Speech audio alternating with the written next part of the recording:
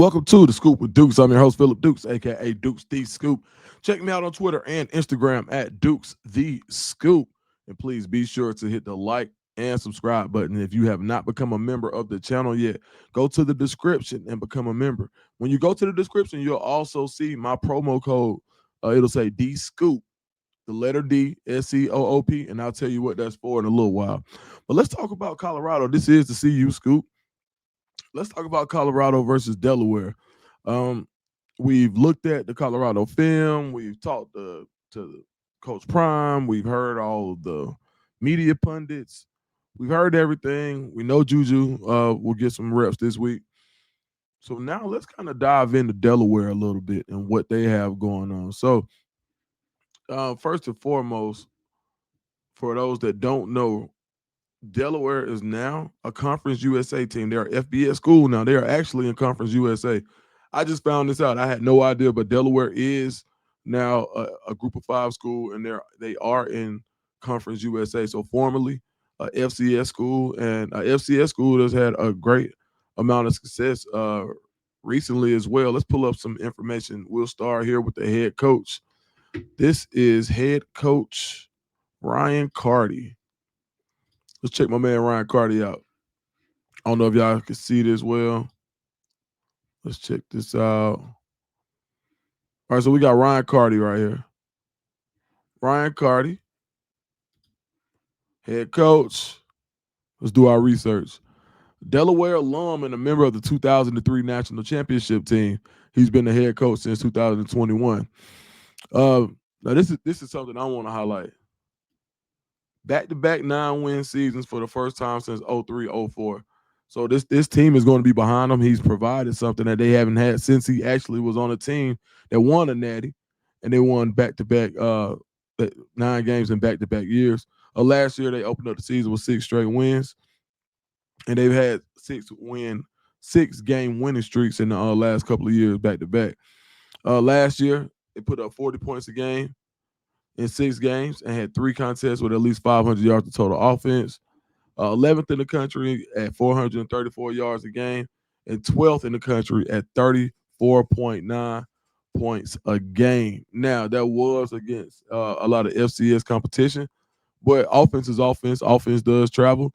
What they say, defense travels, but offense does too, man. If you hot, you hot. Let me. So this guy is really offensive minded. You can go down and you can look at his time at Sam Houston State. He was part of that team. He was part of that coaching staff that put Sam Houston back on the map. Named the FCS Coordinator of the Year in 2021. Helped lead them. His offense helped lead Sam Houston to a 34-10 record, 21-1 in his last 2 seasons, 3rd in the nation in scoring offense. So this guy is an offensive savant, 490-yard points a game as an offensive coordinator. When they went undefeated in 2020, that spring season, they went 10-0. They were number 1 in total yards, number 1 in touchdowns, and 3rd in first downs. So this guy knows offense, and he knows it really well. So that'll be something to look out for. Loves to throw the ball. Absolutely loves to throw the ball. Lost his starting quarterback last week, and came Zach Marker, who was a starter. He was 3 for 8 when he left the game. Then you replace him with Nick Minicucci. I had been saying his name wrong. It's Minicucci. So Nick Minicucci is your starting quarterback. Last week we can go into his stats. Let's go here. Let's bring these stats up. We're gonna bring up what they did well last week. Right. Nick Minicucci last week goes 28 for 36 for 251 yards, 3 touchdowns. He was sacked twice. Passer rating of 163.8. That's off the charts. Well, completed 78% of his passes. Now, 36 attempts is a ton. He attempted to run the ball 26 times. This is what I'm looking at here. 9 of those 26 were to Minicucci. So that means outside of Minicucci touching the ball, they only ran the ball 15 times. They got 5 running backs who actually had carries. Joe Silver, who's your starter. Byron Ellison Jr., Saeed St. Fleur. Then you have Greg Spiller. So 1, 2, 3, 4 running backs. And a receiver got a jet sweep last week. So they're looking to pass the ball. When you see the offense, I went back and I watched it. Please be sure to go back and watch the Delaware State game. You'll see some really interesting things there. What I did notice that this was really a tight game. Um, this was a very hotly contested game. I could pull some of these up in a second, but this was a very highly contested game. Going into halftime, there was a minute left going into the half. Delaware was only up 7-3 with a minute left. They scored right before the half and made it 14-3. Delaware State comes out with a great drive to start the second half, and it's 14-10. This game easily could have went a different direction, very easily.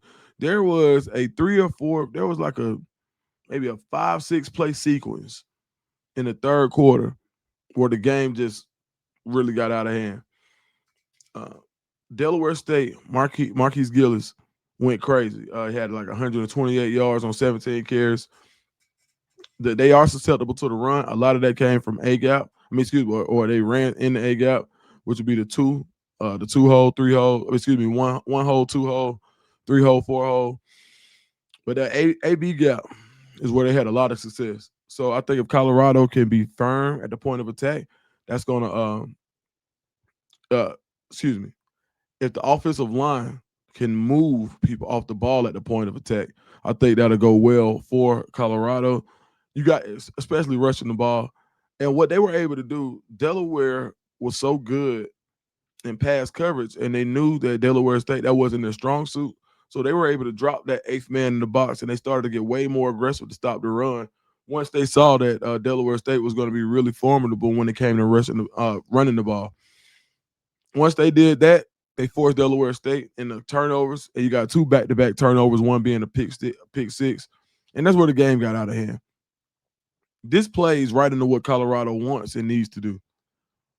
Colorado has a bruising attack. So Michael Welch, I thought Michael Welch should have got the ball. I think he's earned more carries. He definitely had a great game, in my opinion. But when you have teams that don't really tackle well on the second and third levels, that's where you want to get the balls. Give it to them straight up the gut. You don't even have to get them in a ton of space. Let's just get to the second level. Once you do that, I think it's going to be a long day for Delaware. And they say the best way to stop a runaway train is to stop it before it gets started. So that's why they start to drop more and more people into the box, so you can try to stop a guy like Michael Welch or like Gillis, who they were primarily unsuccessful against stopping. He had some big runs last game. But what I did want to bring up, let's just watch this really quick.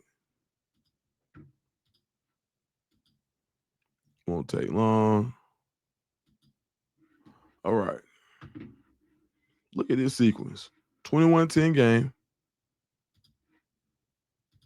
Hopefully I'm not flagged for this. We'll try it out, just see what happens.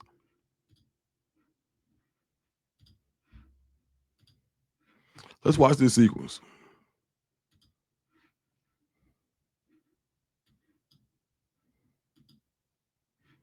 All right, 21-10. But watch this sequence. Here they get after him. They get after the quarterback. Now watch what they do. I want to pause it right here. So right now, you got press. You got 1, 2, 3, 4, 5, 6, 7, 8 real in about a 7-yard zone. So you got a lot here. They want to stop the run. You got to respect it a little bit, but that's a lot right here. Okay, cool.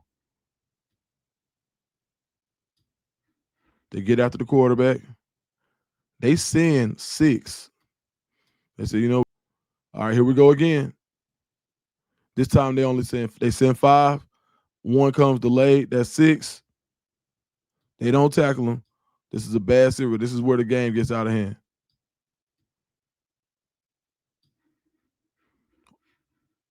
All right, now if you see here, 1, 2, 3, 4, 5, and this guy's gonna come late. He's in like a little spot. You take it, and then the first interception came in the red zone.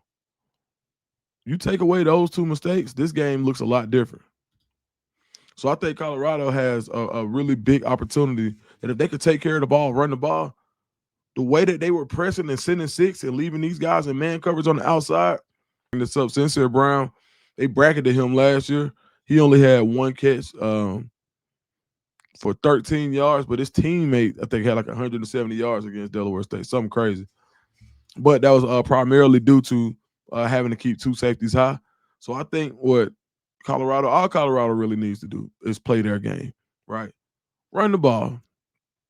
And then when they drop that eighth man in the box, and when they say, okay, you guys are gashing us up, then throw it. They were also susceptible to quarterback runs last week as well. So I think this is won't be. Let's go look at the odds. What the odds are for the game. So let's run over to mybookie.ag. Mybookie.ag. You can place almost any kind of bet you want to here. But we're going to go right here where it says Colorado Buffaloes versus the Delaware Blue Hens. You see they got a ton of games here already. Mybookie.ag. And right here, you see that the over for the game, they're expecting about 51 points to be scored, but Colorado to be favored by 24.